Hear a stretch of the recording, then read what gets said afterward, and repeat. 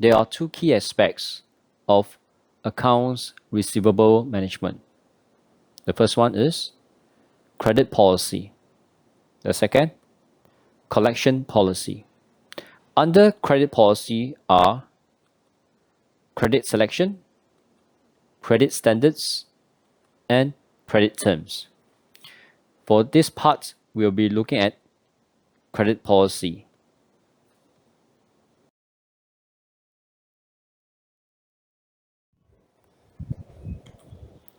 Credit selection. Credit selection involves deciding whether to extend credit to a customer and how much credit to extend.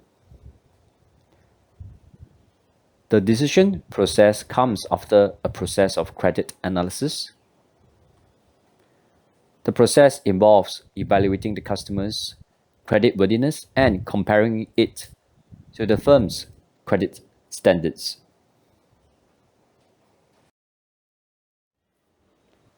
Firms often use the 5 C's of the credit to analyze a customer's creditworthiness. Character. We use the applicant's past payment history. Capacity. Customer's ability to pay. Use financial analysis, especially liquidity and debt ratios. Capital. Financial strength of the applicant, looking at the debt to equity ratio and profitability ratio. Collateral. Amount of assets applicant provides as security. Conditions. The current economic and business climate.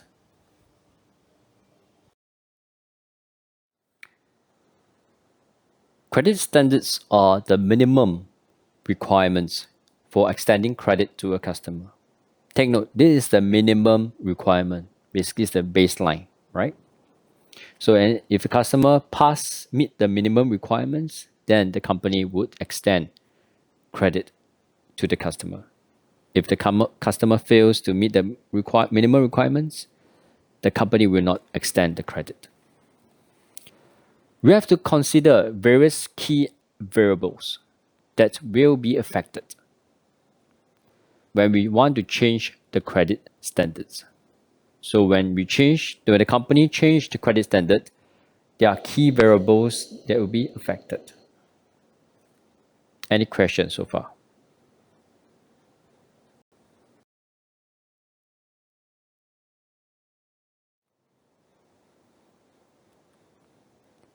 When credit standards are relaxed, this will lead to lower standard. The effects on profits are as follows. The sales volume will increase. The profit will increase.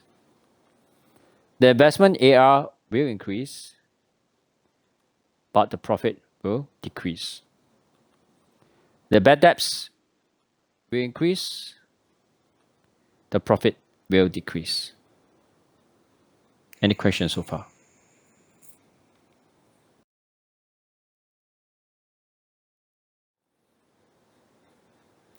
Let's look at credit terms. A firm's credit terms specific the repayment terms required of all its credit customer.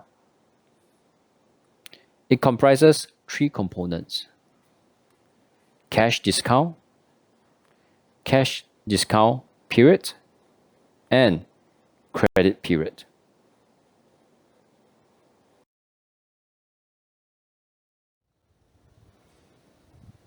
Usually, the credit terms are expressed in this format: cash discount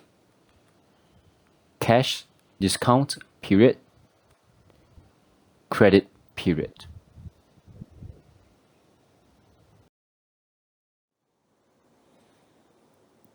Let us use an example to explain credit terms.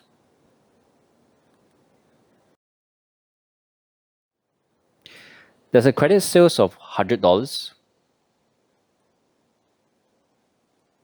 If the customer pays within 10 days, he can enjoy the 2% discount. Thus, he needs to pay $98 only instead of the 100 because of the 2% discount. Any questions so far?